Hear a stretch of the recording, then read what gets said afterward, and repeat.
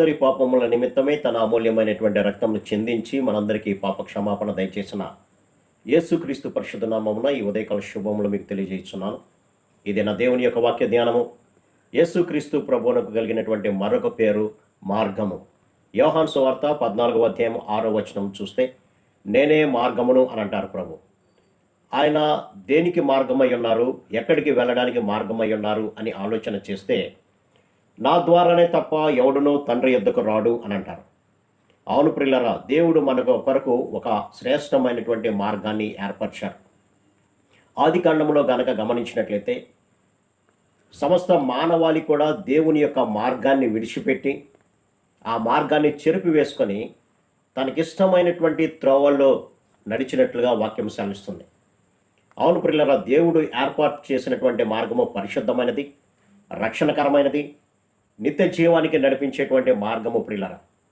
కానీ మానవుడు తన యొక్క సొంత ఆలోచన చేత, సొంత క్రియల చేత దేవుడు ఏర్పాటు చేసినటువంటి ఆ మార్గాన్ని చెరిపివేసుకొని దేవునికి అయిష్టమైనటువంటి కార్యాలు చేస్తూ ఈ లోకంలో ఉన్నటువంటి శరీరాశలను, నేత్రాశలను, జీవపు డంబాన్ని తన యొక్క జీవితంలో నెరవేర్చుకుంటూ దేవుని యొక్క మార్గం నుంచి తొలగిపోయినట్లుగా మనం గమనించవచ్చు.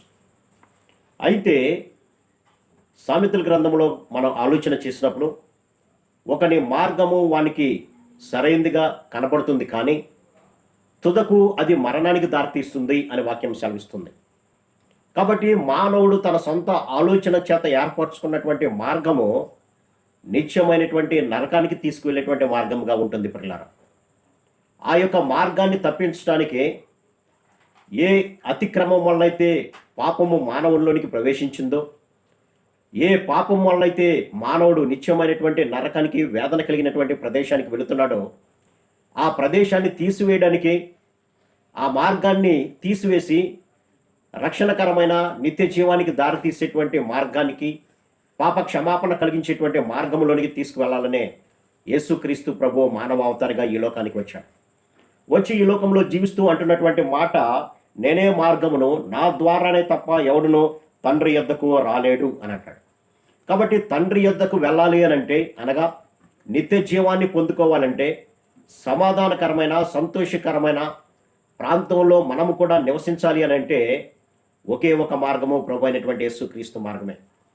ఈ లోకంలో మోక్షానికి లేదా పరలోకానికి వెళ్ళడానికి రకరకాలైనటువంటి మార్గాలను మానవుడు చెబుతున్నాడు, కానీ ఒకే మార్గము మాత్రమే పరలోకానికి తీసుకువెళ్తుందనే సత్యాన్ని గట్టిగా నొక్కి చెప్పేది బైబిల్ గ్రంథమే ప్రియులారా. ఎందుకని అని కనుక ఆలోచన చేస్తే, పరలోక రాజ్యానికి వెళ్ళాలంటే మానవుడు పరిశుద్ధమైనటువంటి జీవితం జీవించాలి.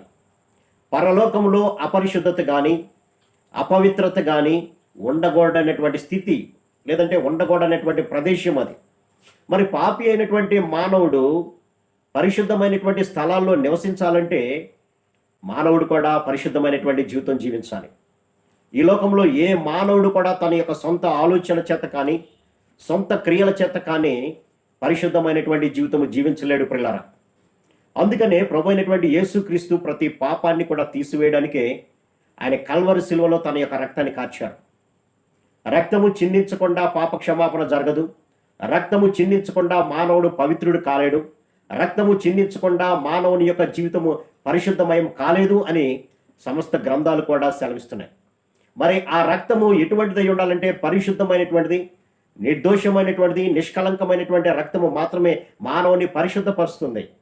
అందుకనే దేవాతి దేవుడైనటువంటి యేసుక్రీస్తు ప్రభువారు ఎటువంటి పాపము లేకుండా కన్య మరియ గర్భాన ఈ లోకానికి వచ్చి పవిత్రమైనటువంటి జీవితము జీవించి మనందరి పాప క్షమాపణ నిమిత్తమై, రక్షణ నిమిత్తమై ఆయన తన రక్తాన్ని కల్వరి శిలువలో కార్చారు ప్రియులారా.